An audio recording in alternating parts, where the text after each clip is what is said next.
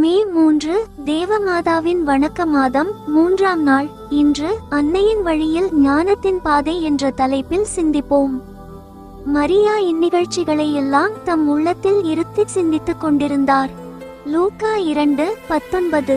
ஞானம் என்பது அதிகம் அறிதல் அல்ல, இறைவனின் செயல்களை இதயத்தில் தியானிப்பதே உண்மையான ஞானம்.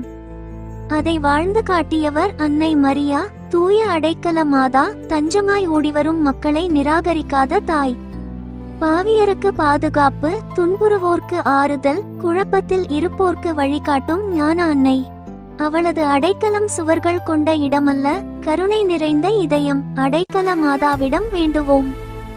எங்கள் இல்லங்களுக்கு அடைக்கலமாய் இரும். எங்கள் முடிவுகளில் ஞானம் தாரும். எங்கள் பாதையை உமது கரங்களில் நடத்தும்.